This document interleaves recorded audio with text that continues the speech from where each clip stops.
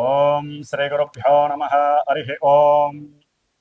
ఓం సుముఖశ్చైకదంతశ్చ కపిలో గజకన్యకః లంబోదరశ్చ వికటో విఘ్నరాజో గణాధిపః ధూమకేతుర్గణాధ్యక్షో ఫాలచంద్రో గజాననః వక్రతుండః శూర్పకర్ణో హేరంబస్కందపూర్వజः షోడశైతాని నామాని యః పఠేత్ శృణుయాదపి విద్యారంభే వివాహే చ ప్రవేశే నిర్గమే తదా సంగ్రామే సర్వకార్యేషు విఘ్నస్వస్య న జాయతే.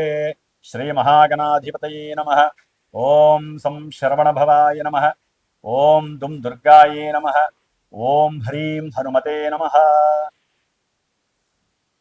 వీక్షిస్తున్నటువంటి ప్రేక్షకు మహాశయులందరికీ కూడా మరి ఈ 2026 సంవత్సరము ఫిబ్రవరి 23వ తేదీ నుండి మే 10వ తేదీ వరకు కూడా మేషరాశి పర్యంతము మీనరాశి వరకు కూడా పంచగ్రహ కూటమి చతుర్గ్రహ కూటములో నానా విధములైనటువంటి దోషాలని ప్రతి రాశి వారికి అట్లాగే వారి జన్మజాతకంలో ఉన్నటువంటి లగ్నానుసారము ఏ ఏ గ్రహాలు ఏ ఏ స్థానాలకి ఆధిపత్యం వహించి ఈ రాహువుతో మరియు శనితో కలిసినప్పుడు అంటే ఈ యొక్క 72 రోజుల్లో ఇటు రాహువుతో పాపగ్రహంతో పాపగ్రహమైనటువంటి శనితో కలవటం ద్వారా ఈ 70 రోజులు కూడా చాలా విశేషమైనటువంటి ఇబ్బందులు కలిగే అవకాశాలు ఉంటాయి.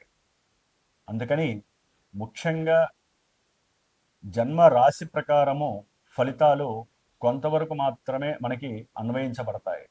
అందులో ముఖ్యంగా ఫిబ్రవరి 23 నుండి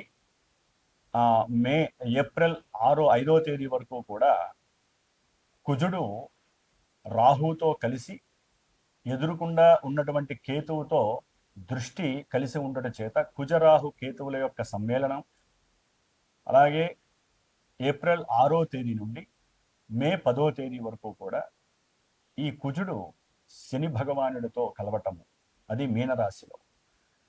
ఈ యొక్క కుజరాహువుల యొక్క కేతువు యొక్క సమ్మేళనం కాలసర్ప యోగ దోషాలని, అట్లాగే వారి యొక్క జన్మజాతకాలలో ఏదైనా కుజదోషాలు కానీ సర్పదోషాలు కానీ పితృదోషాలు కానీ, అట్లాగే వారికి నడుస్తున్నటువంటి దశల్లో ఏదైనా కుజ మహర్దశో రాహు మహర్దశో కేతు మహర్దశలో అంతర్దశలో శనికి సంబంధించినటువంటి మహర్దశలు కానివ్వండి, అట్లాగే ఏలినాటి అష్టమ అర్ధాష్టమ కంటక వేద శనిగ్రహ దోషాలు కానివ్వండి, జన్మజాతకాలలో కుజుడు రాహు కలిసి ఉన్న, అట్లాగే కుజుడు శని కలిసి ఉన్న, కుజ శుక్రులు కలిసి ఉన్న, రాహు శుక్రులు కలిసి ఉన్న, ఇట్లా మల్టిపుల్గా వారి యొక్క జన్మజాతకాలలో లగ్నాతో ఉన్నటువంటి స్థానాధిపత్యం పరంగా రకరకాల వైబ్రేషన్స్ అన్నీ కూడా వారి యొక్క జన్మ నక్షత్రానుసారము జన్మ రాశి ప్రకారము ఇప్పుడు ప్రెజెంట్ గోచారంలో ఈ 70 రోజులు కూడా ఆ ఇచ్చేటటువంటి శుభ ఫలితాలు ఒక రకంగా ఉంటాయి.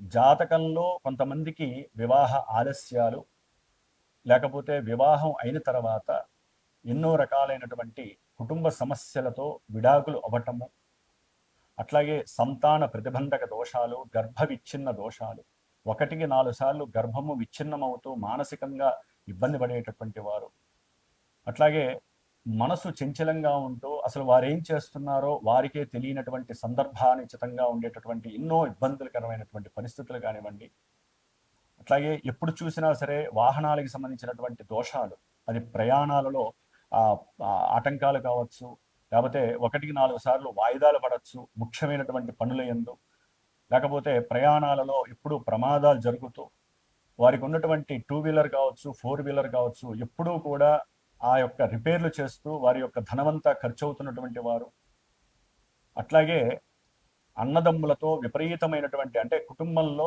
అన్నదమ్ముల అక్క చెల్లుల యొక్క సంబంధాలు చాలా గొప్పవి, మరి వారి మధ్య సరైనటువంటి అనుబంధాలు లేకపోవటము, ముఖ్యంగా ఉన్నతమైనటువంటి ఉద్యోగాలు చేసేవాళ్ళు కానీ రాజకీయ వ్యవస్థలో ఉండేటటువంటి ఉద్యోగులు కానీ నాయకులు కానీ ఎవరైనా సరే, మిలిటరీ వ్యవస్థలో కానీ పోలీస్ వ్యవస్థకి సంబంధించిన రంగంలో ఎవరైనా సరే వృత్తి వ్యాపారాలు చేసేవాళ్ళు కానీ, బార్బర్ షాపుల్లో ఉండేటటువంటి వాళ్ళు ఓనర్స్ కావచ్చు పనిచేసేవాళ్ళు కానీ, అట్లాగే కషాయ పని చేసేవాళ్ళు, కుమ్మరి పని చేసేవాళ్ళు, శస్త్రచికిత్సలు చేసేటటువంటి డాక్టర్లు, అనస్థీషియా ఇచ్చేటటువంటి అనస్థీషియా ఇచ్చేటటువంటి డాక్టర్లు కానివ్వండి, అట్లాగే పెద్ద పెద్ద బిజినెస్ మెన్స్, పారిశ్రామికవేత్తలు కానివ్వండి, వీళ్ళందరికీ కోర్టుకు సంబంధించినటువంటి సమస్యలు ఒక పట్టాన ఎడతెరిపి లేకుండా వారి యొక్క జన్మజాతకంలో జరుగుతున్నటువంటి పరిస్థితులను బట్టి ఎన్నో ఎదుర్కొంటూ ఉంటారు. వారికి ఉన్నటువంటి డబ్బంతా కూడా లాయర్లకో, కోర్టులకో, పోలీసులకో దారపోసేటటువంటి పరిస్థితి చాలా మందికి ఉంటోంది. నాకున్నటువంటి అనుభవరీత్యా ఎంతోమంది ఫోన్ చేస్తూ ఉంటారు, చెప్తూ ఉంటారు. కాబట్టి అట్లాగే సంతానం పుట్టి కూడా వారు మానసికంగా ఎదగలేనటువంటి వాళ్ళు, అట్లాగే అగ్ని ప్రమాదాలు, ఊరికనే ఆ ఇళ్లలో దొంగతనాలు కావచ్చు, వాళ్ళ బంగారాలు పోవచ్చు, లేకపోతే వారికి సంబంధించినటువంటి వ్యాపార దోపిడీ జరగచ్చు, వ్యాపారాల్లో మోసాలు జరిగేటటువంటి వాళ్ళు, వ్యాపారానికి సంబంధించి ఎప్పుడు అటువాళ్ళు ఇటువాళ్ళు చుట్టుపక్కల వాళ్ళు ఏడ్చేటటువంటి వాళ్ళు. ఎందుకంటే ఇప్పుడు నడుస్తున్నటువంటి పంచగ్రహ కూటమి రాహు శనుల యొక్క యుతి కుజుడితో సంబంధంగా ఉంది కాబట్టి చాలా చాలా మల్టిపుల్గా ఎవరి జాతకానుసారం సరిగ్గా లేకపోతే, జాతకంలో దశలు అంతర్దశలు కుజుడు ఇందాక చెప్పినట్టుగా కనుక జరుగుతున్నట్లయితే గోచారంలో రూల్స్ వేరుంటాయి. జాతకంలో ఉన్నటువంటి సిచ్యువేషన్స్ మహమ్మారి పరిస్థితులను కలిగజేస్తాయి.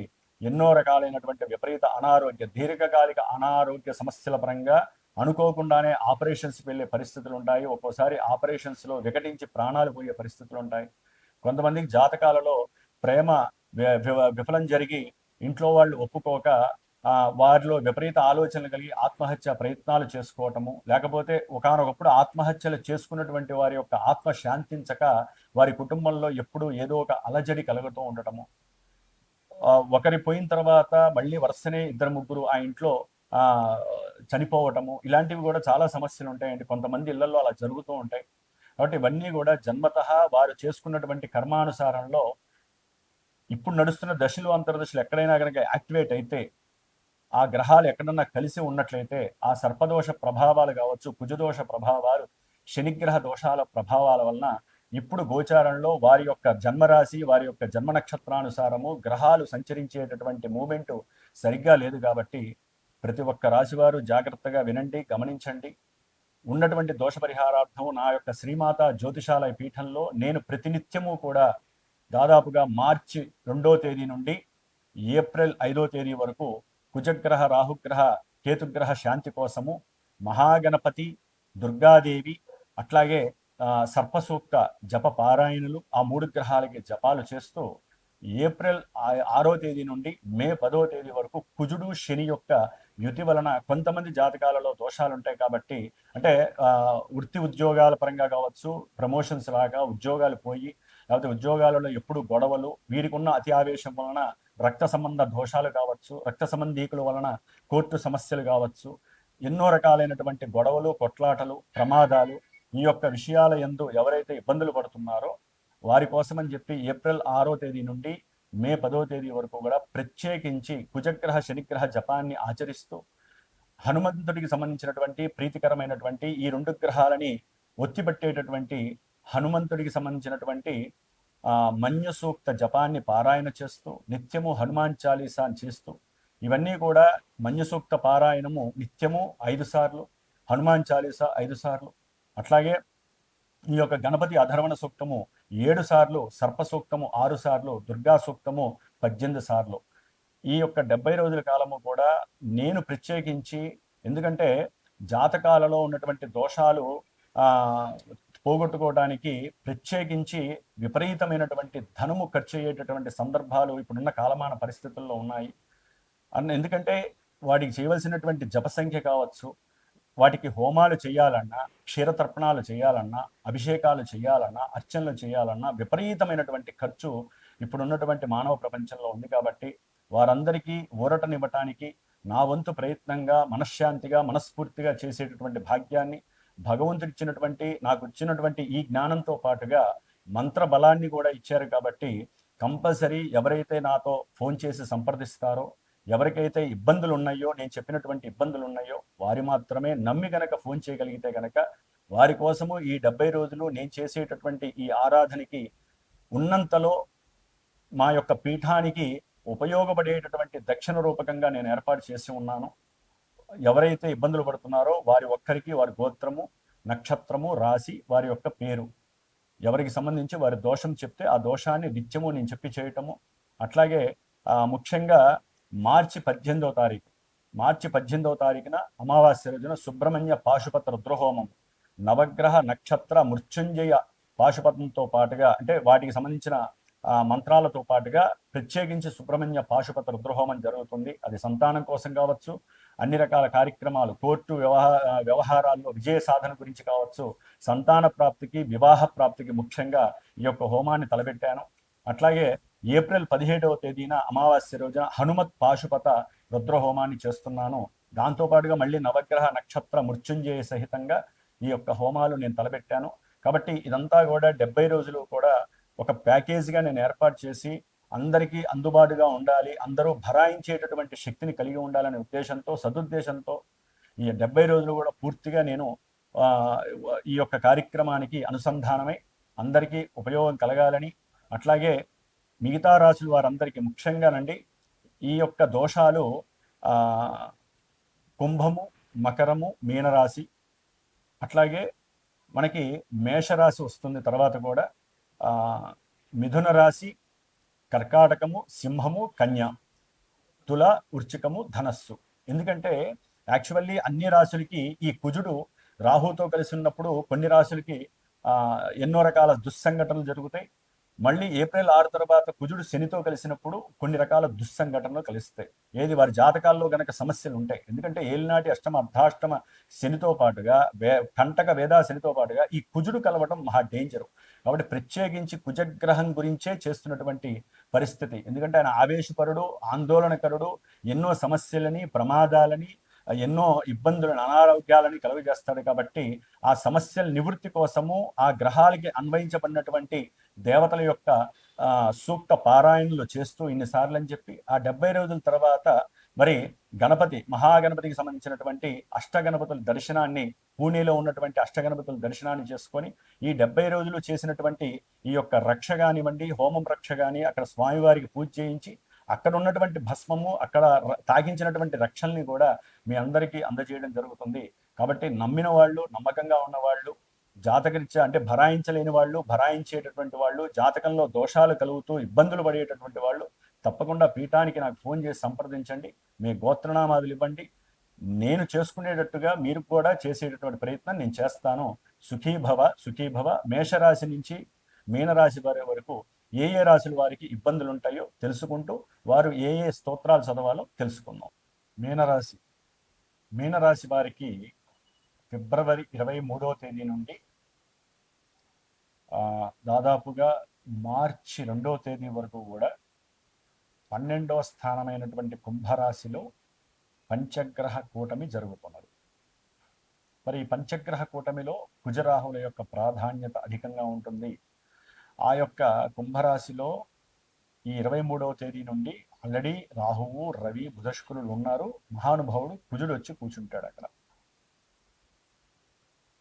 ఇక్కడ ఉన్నటువంటి రవి, కుజ, రాహు, బుధ, శుక్రుల యొక్క ప్రమేయం వలన వీరి యొక్క జన్మజాతకంలో ఒకవేళ ఏదైనా ఈ గ్రహాలలో అనుకూలమైనటువంటి పరిస్థితులు కనుక ఉన్నట్లయితే మీనరాశి వారికి ముఖ్యంగా వీరు ఏదైనా ప్రయత్నం చేసేటటువంటి ఉద్యోగ విషయాలలో విశేషమైనటువంటి ఉద్యోగ లాభం కలగడానికి అవకాశం ఉంటుంది.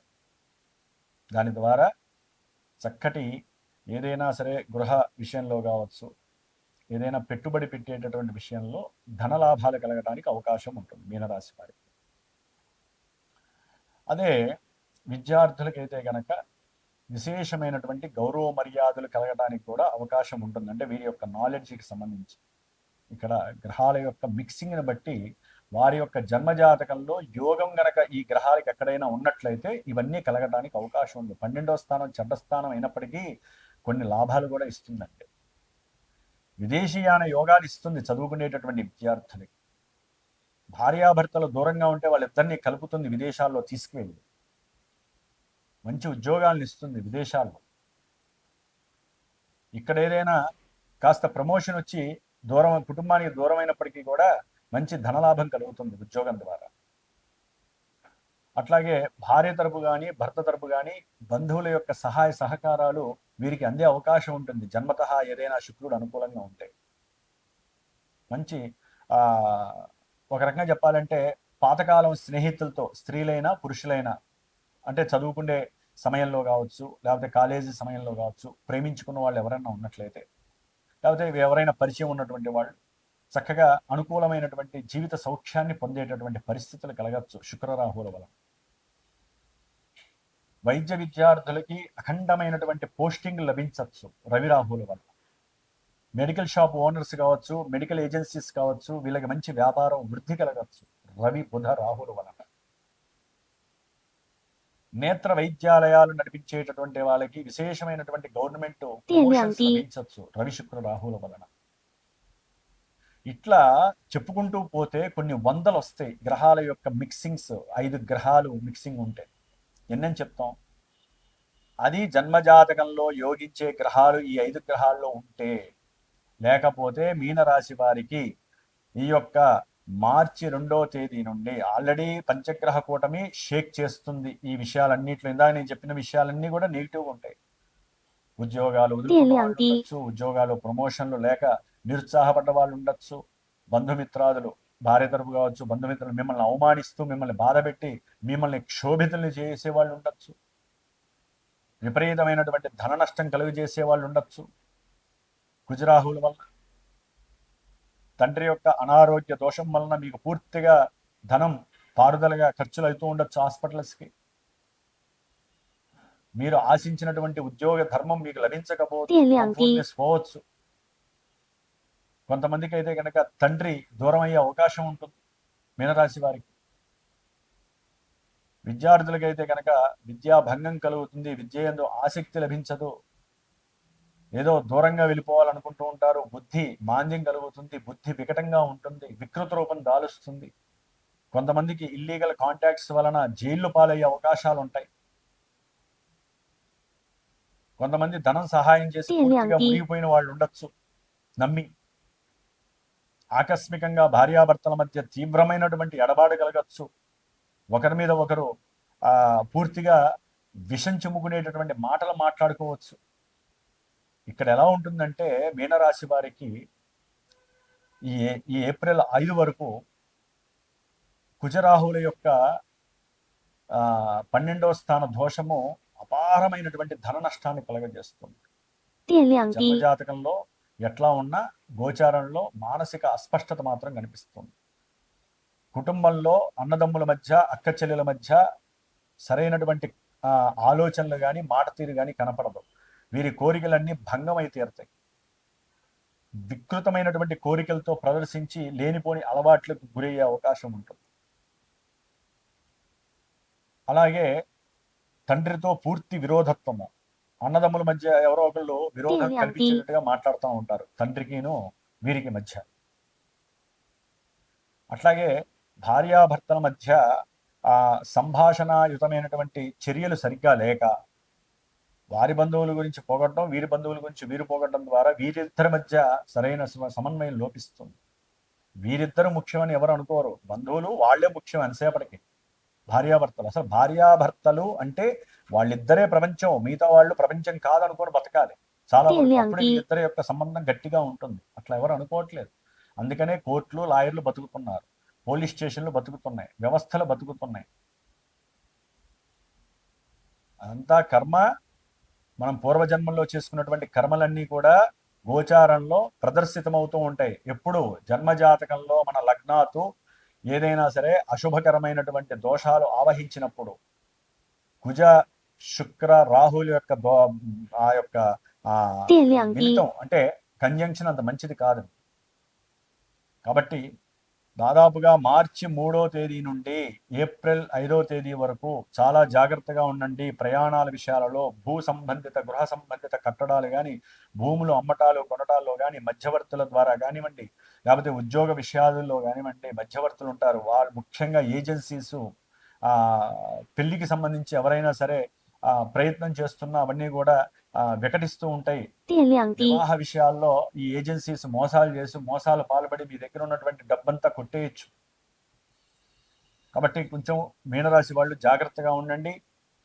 ఎవరైతే సంతాన పరంగా కావచ్చు, అన్నదమ్ముల పరంగా కావచ్చు, కోర్టు వ్యవహారాల పరంగా కావచ్చు, ఉద్యోగరీత్యా కావచ్చు ఇబ్బందులు పడుతున్నారో వారి కోసం ముఖ్యంగా ధనపరంగా వీరికి కుజరాహుల యొక్క దోషము. ఎందుకంటే దీన్ని ముఖ్యంగా శేషనాగ కాలసర్ప యోగ దోషము అంటారు. మన శాస్త్రరీత్యా ఎవరి లగ్నాతు కానీ ఎవరి రాశ్యాత్తు కానీ 12వ స్థానంలో రాహు ఉన్నట్లయితే, 6వ స్థానంలో కేతు ఉన్నట్లయితే దాన్ని శేషనాగ కాలసర్పయోగ దోషము అంటారు. ఇది కాలకోట సర్ప దోషంతో సమానం, విషంతో సమానం. దాంతో కుజుడు వచ్చి కలిశాడంటే ఆయన ఇచ్చే భావాలు మొత్తం తొలగిపోతాయి. రాహు గొప్పతనం అంత గొప్పది. కాబట్టి ఏం చేయాలి? దుర్గామాతను ఆరాధించండి.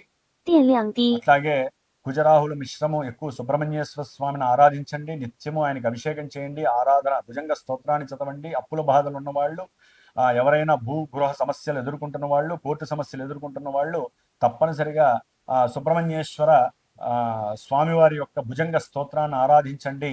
కుజగ్రహ మంగళ చండీ స్తోత్రాన్ని ఆరాధించండి. అట్లాగే అంగారకు రుణ విమోచన స్తోత్రాన్ని ఆరాధిస్తూనే ఉండండి ఈ 33 రోజులు. అట్లాగే పీఠంనందు నేను ప్రత్యేకించి ఈ దోష పరిహారార్థమై అందరికీ అందుబాటులో ఉండాలనే ఉద్దేశంతో నేను ప్రత్యేకించి ఈ యొక్క మార్చి 3వ తేదీ నుండి ఏప్రిల్ 5వ తేదీ వరకు ఈ కుజరాహు కేతు దోష పరిహారార్థమై పీఠంలో నిత్యము కూడా ఈ 3 గ్రహాలకి జపశాంతి, అలాగే సర్ప సూక్తము, గణపతి అధర్వణ సూక్తము, దుర్గా సూక్తము, ఈ 3 సూక్తాలతో సుబ్రహ్మణ్యేశ్వరుడికి అనుకూలమైనటువంటి ఆరాధన చేస్తూ మార్చి 18వ తేదీ అమావాస్య రోజున విశేషముగా నవగ్రహ నక్షత్ర దోష పరిహారము, మృత్యుంజయ హోమము, సుబ్రహ్మణ్యేశ్వర పాశుపత రుద్రహోమం ప్రత్యేకించి అన్యోన్యత, భార్యాభర్తల అన్యోన్యత కలగటానికి, ఎడబాట్లు పోవటానికి, కోర్టు కేసుల్లో గెలవటానికి, ఎవరైతే గృహము కావాలనుకున్న వాళ్ళకి గృహ దోషాలు పోవటానికి, సంతాన విచ్ఛిన్న దోషాలు, గర్భ దోషాలు పోవటానికి సుబ్రహ్మణ్య అనుగ్రహం కోసం చేస్తున్నాం. కాబట్టి దీంట్లో పాల్గొనండి. అట్లాగే ముఖ్యంగా ఈ మీనరాశి వారికి ఏళ్ళనాడి శనితోనే సతమతం అవుతూ ఉన్నారు. కుజుడు వచ్చి ఏప్రిల్ 6వ తేదీన మరి ఈ శనితో కలుస్తున్నాడు.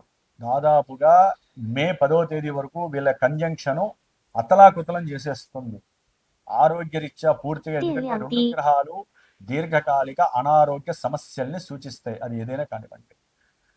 పడటం ద్వారా, జారి పడటం ద్వారా మోకాళ్ళు లేకపోతే అరికాలలో సమస్యలు, ఎముకలు ఇరకటాలు, లేకపోతే ఏదైనా కుటుంబంతో చక్కగా ప్రయాణం, దీర్ఘకాలిక ప్రయాణం పెట్టుకొని దూర ప్రాంతాలకు ప్రయాణం పెడుతూ ఏదైనా యాక్సిడెంట్లు జరిగి కాస్త ఆర్థిక లోపము, వాహనాలకి యంత్ర పరికరాలకి దోషము, వీరికి ప్రాణగండము, కొంచెం త్రుడిలో తప్పడము, ఎప్పుడు జాతకంలో ఏదైనా అనుకూలమైనటువంటి దశలు జరిగితే త్రుడిలో తప్పుతుంది, లేకపోతే ఆ దోషమే వీరికి మృత్యుగండంగా పరిణమిస్తుంది. కుజశనుల ప్రభావం దోషప్రదమైనటువంటిది. ముఖ్యంగా మీనరాశి వారికి అనుకున్న కార్యక్రమాలు జరగవు. కుటుంబంతో పూర్తిగా విచ్ఛేదకరమైనటువంటి అవయోగం కనిపిస్తోంది. తినే తిండి కూడా వీరికి వంట పట్టక అనారోగ్యాలు ప్రబలే అవకాశం ఉంటుంది. గ్యాస్ట్రిక్ ట్రబుల్స్ కావచ్చు, లేకపోతే జల సంబంధిత రోగాలు, ఏదైనా పాదాల్లో ఏదైనా సమస్యలు కలగచ్చు, అరికాలలో మంటలు కలగచ్చు మీనరాశి వారికి. అట్లాగే తండ్రితో మాట్లాడే పరిస్థితుల్లో వీరికి ఉన్నటువంటి విభేదాలు కలగచ్చు మీనరాశి వారికి. ఫ్రెండ్స్ ద్వారా ఆర్థిక ధన నష్టాలు కలగచ్చు, వారికి సహాయం చేసి నష్టపోవచ్చు. పెట్టుబడుల ద్వారా ఏదైనా సమస్యలు కలగచ్చు. బ్యాంకుల్లో నష్టాలు, దోషాలు కలగచ్చు. బ్యాంకు వాళ్ళు మీరు డబ్బులు వేసినా పడకపోవడం ద్వారా 1-4 సార్లు బ్యాంకులకు తిరగటం, టెన్షన్స్ పెరిగిపోవటం, రక్త ప్రసరణ వ్యవస్థ అదుపు తప్పటము, నరాల వీక్నెస్ కలగటము, నరాల్లో మంటలు కలగటం, ఆకస్మికంగా మీరు చేస్తున్న ఉద్యోగాదుల్లో ఎన్నో సమస్యలు తలెత్తి మీకు వచ్చే ఆ రూపాయి కూడా ఉద్యోగం పోవటం ద్వారా సమస్యలు కలగటం, భార్యాభర్తల మధ్య విపరీతమైనటువంటి ఎడబాటు దోషాలు కలగటం ఈ మీనరాశి వారికి జరగడానికి అవకాశాలు ఎక్కువగా ఉన్నాయి.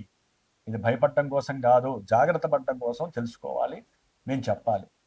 కాబట్టి జన్మజాతకంలో మీ అదృష్టం కొద్దీ ఎక్కడైనా శుభ దశలు నడుస్తుంది. ఈ గ్రహాలు ఎక్కడైనా శుభత్వాలను ఇస్తే ఇవన్నీ కొంతవరకు తటస్థీకరించి మీకు ఎక్కువ ఫోర్స్ని ఇవ్వవు. అక్కడ కూడా బలహీనంగా ఉన్నాయనుకోండి పరిస్థితులు, ఇక్కడ దుమ్ము లేపేస్తాయి మీనరాశి వారికి. కాబట్టి ఈ యొక్క సర్పదోషాలు, కుజదోషాలు, కుజ శనిగ్రహ యుతి దోషాలు పోగొట్టుకోవడానికి మరి ఈ ఏప్రిల్ 6 నుంచి మే 10 వరకు మా పీఠం నందు ప్రత్యేకించి హనుమాన్ చాలీసాతో పాటుగా నిత్యము పారాయణ చేస్తూ మన్య సూక్త జపపారాయణ ఆచరిస్తూ కుజశనులకి జపం చేస్తూ ఏప్రిల్ 17వ తేదీ అమావాస్య రోజున హనుమత్ పాశుపత రుద్ర హోమాన్ని చేస్తున్నాం మూల బీజాక్షర వేదమంత్రంతో.